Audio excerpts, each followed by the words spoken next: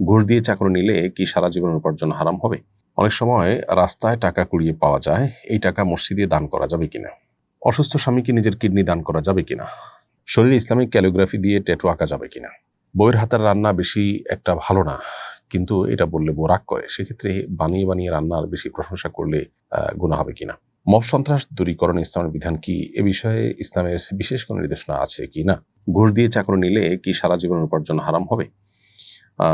ঘুষ লেনদেন করা হারাম, সেটি বলার অপেক্ষা রাখে না, এবং ঘুষদাতা গ্রহীতা উভয়ের জন্যই তিরস্কার পরিষ্কার হাদিসে বর্ণিত হয়েছে এবং জাহান্নামের শাস্তির কথা বলা আছে।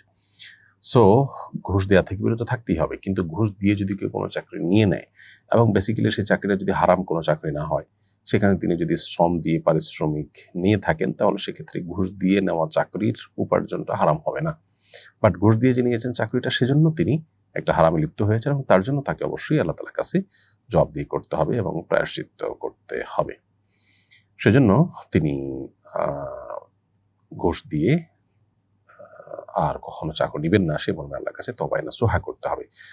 আর চাকরিটা উপার্জন যেটা, সেটা হালাল হবে যদি চাকরিটা বেসিক্যালি হালাল কোনো চাকরি হয়। অনেক সময় রাস্তায় টাকা কুড়িয়ে পাওয়া যায়, এই টাকা মসজিদে দান করা যাবে কিনা? রাস্তায় টাকা কুড়িয়ে পাওয়া গেলে সেই টাকা মালিককে খুঁজে বের করে দিতে হবে। মালিক খুঁজে বের করার সকল সম্ভাব্য উপায় অবলম্বন করার পরও যদি না পাওয়া যায়, তাহলে সেক্ষেত্রে আপনি গরিব দুঃখীদেরকে দান করে দিবেন। গরিব দুঃখীদেরকে দান করে দিবেন, এটা হলো সবচেয়ে উত্তম। কারণ অনেক ওলামা একরামের মতে এটি মসজিদে দান বা অন্যান্য জায়গায় না, বরং এটা শুধুমাত্র গরিব দুঃখীদেরকে সাদাকা করতে হবে। যাকাতের খাতের মতোই এটা ব্যয় করতে হবে আপনার গরিব দুঃখীদের মধ্যে, মিসকিনদের মধ্যে মূলত। তো গরিব মিসকিনদেরকে আপনি দান করবেন। যদি মসজিদে দান করেন সেটাও জায়েজ হয়ে যাবে, কারণ অনেক ওলামা ইকরামের মতে এটি যে কোনোভাবে যে কোনো দান খাতে দান করলেই হয়ে যাবে। কিন্তু যেহেতু ইখতিলাফ আছে, সেজন্য আপনি গরিব দুঃখীদেরকে মিসকিনদেরকে দান করলে সেটা উত্তম, ইখতিলাফের ঊর্ধ্বে ওঠা যায়। আর যতক্ষণ পর্যন্ত মালিক পাওয়ার সম্ভাবনা থাকবে, ততক্ষণ পর্যন্ত মালিককে খুঁজে বের করে তাদেরকেই, অর্থাৎ মালিককেই টাকাটা ফেরত দেওয়ার চেষ্টা করতে হবে। এজন্য কোরআনের জিনিস তুললেই একটা দায়িত্ব চলে আসে। যদিও এটি অন্য কারোর হাতে পড়ে বেহাত হতে পারে, তসরুফ হতে পারে, সে আশঙ্কা থাকলে আপনি তুলে সেটার জন্য উপযুক্ত হকদার খুঁজে বের করলেন, সেটা ভালো। নিয়ত ভালো হলে আপনি নিতে পারেন, কিন্তু চেষ্টা আপনাকে করতে হবে। একান্ত না হলে আপনি গরিব দুঃখীদেরকে দান করে দিবেন। অসুস্থ স্বামীকে নিজের কিডনি দান করা যাবে কিনা?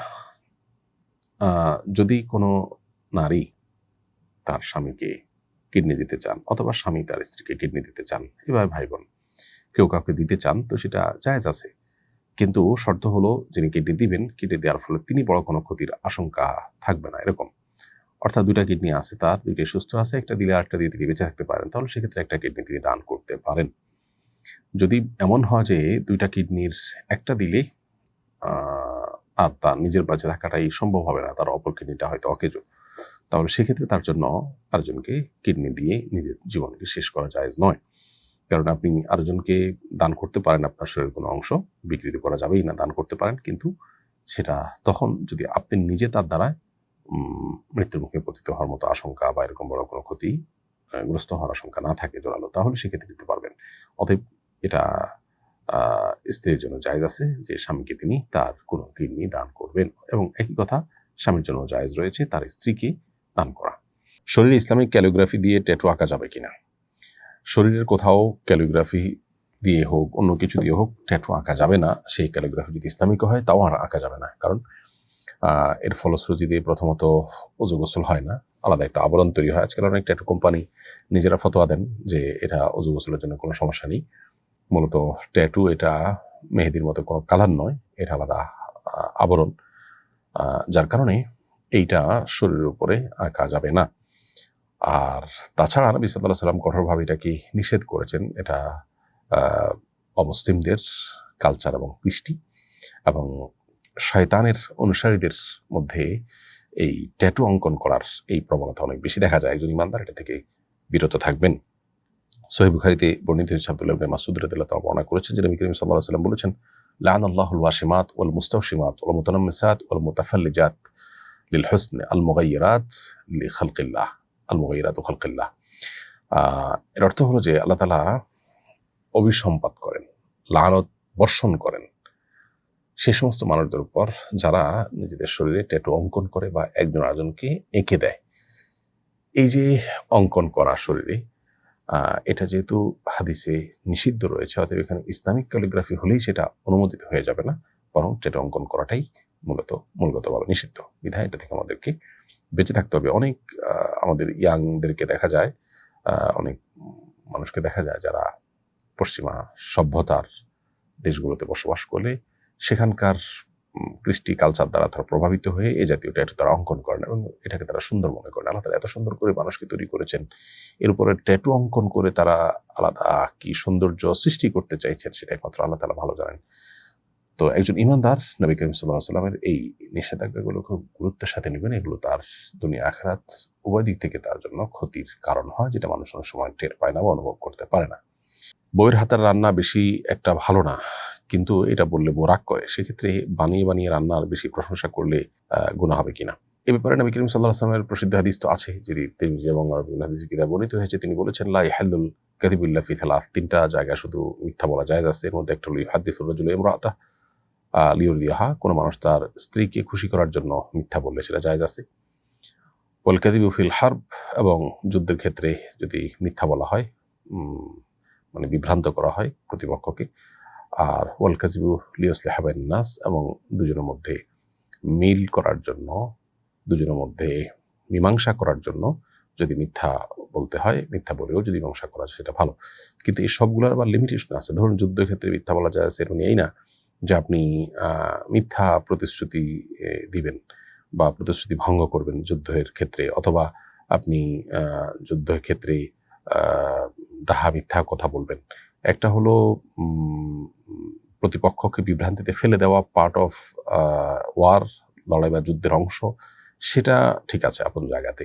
কিন্তু যুদ্ধ সংশ্লিষ্ট বহু আলোচনা, পর্যালোচনা হয়, সব কিছুতেই মিথ্যা বলা যায় ব্যাপারটা সেরকম কিন্তু না।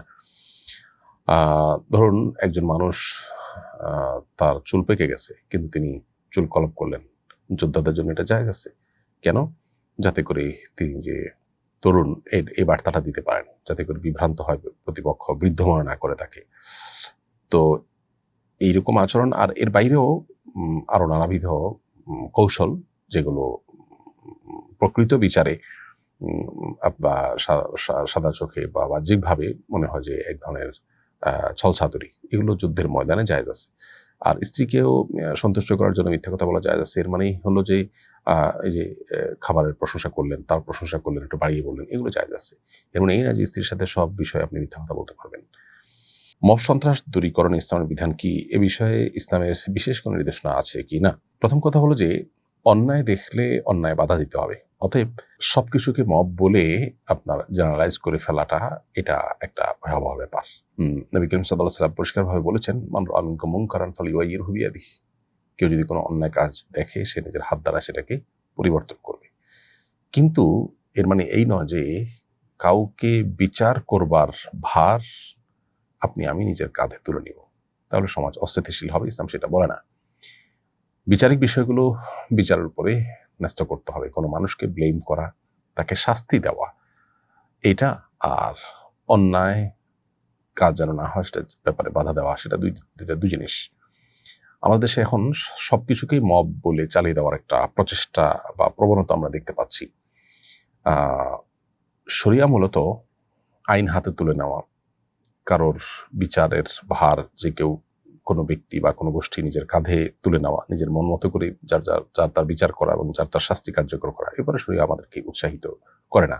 বরং আমরা দেখি নবী সাল্লাল্লাহু আলাইহি ওয়াসাল্লামের সামনে কেউ কোনো অন্যায় করলে, সে অন্যায়ের কারণে যদি মৃত্যুদণ্ড পাওয়ার মতো উপযুক্ত হয়, সাহাবীরা জিজ্ঞাসা করতেন রাসূলুল্লাহ সাল্লাল্লাহু আলাইহি ওয়াসাল্লামকে, হে আল্লাহর রাসূল, আপনি কি পারমিশন দিবেন, আমি কি তাকে তার শাস্তি কার্যকর করবো? নবী সাল্লাল্লাহু আলাইহি ওয়াসাল্লাম কিন্তু সাধারণত এরকম কাউকে অনুমোদন কখনো দেননি। কিন্তু সাহাবীদের এই যে অনুমোদন প্রার্থনা করা, রাসূলুল্লাহ সাল্লাল্লাহু আলাইহি ওয়াসাল্লাম একজন বিচারিক প্রধান হিসাবে মদিনার এবং রাষ্ট্রপ্রধান হিসাবে তার কাছে জানতে চাওয়া সাহাবীদের, এখান থেকে বোঝা যায় যে নিজের হাতে কারোর বিচার করার, শাস্তি দেওয়ার দায়িত্বটা সাহাবীরাও কাঁধে তুলে নিতেন না।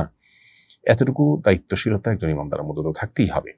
অতএব মব বলতে যদি আপনি এরকম আইন হাতে তুলে নেওয়া, বিচার করা, এটা যদি বুঝায় থাকেন তাহলে সেটা তো অবশ্যই আপনার শরীর অনুমোদন করে না। এবং কেন এর জন্য সাক্ষীর প্রয়োজন হয়, কেন এর জন্য বিচার ব্যবস্থা এবং অন্যান্য বিষয় আশয়গুলোকে শরিয়া আমাদের জন্য আবশ্যক করেছে বিধায় সেগুলোকে অ্যাভয়েড করে যদি আমরা প্রত্যেকে যার যার মধ্যে করে একে অন্যজনের বিচার করা শুরু করি, সমাজ বসবাস উপযোগী থাকবে না এবং সেটা করতে শরীর আমাদেরকে বলে না। কিন্তু একই সাথে অন্যায় দেখলে বাধা প্রদান করা, যাতে অন্যায় না হয় সেই কাজটা আমাদের চালাতে হবে। একজন অন্যায় করছে, তাকে বলতে হবে যে ভাই অন্যায় করবেন না, বিনয়ের সাথে সুন্দরভাবে তাকে শাস্তি দেওয়া এক জিনিস, আর অন্যায় থেকে বাধা দেওয়া আরেক জিনিস। নেহাইল মুনকার, এটা কোরআনের সবচেয়ে বেশি বলা কাজগুলোর মধ্যে থেকে একটা, যেটা একজন ইমানদারকে করতে হবে।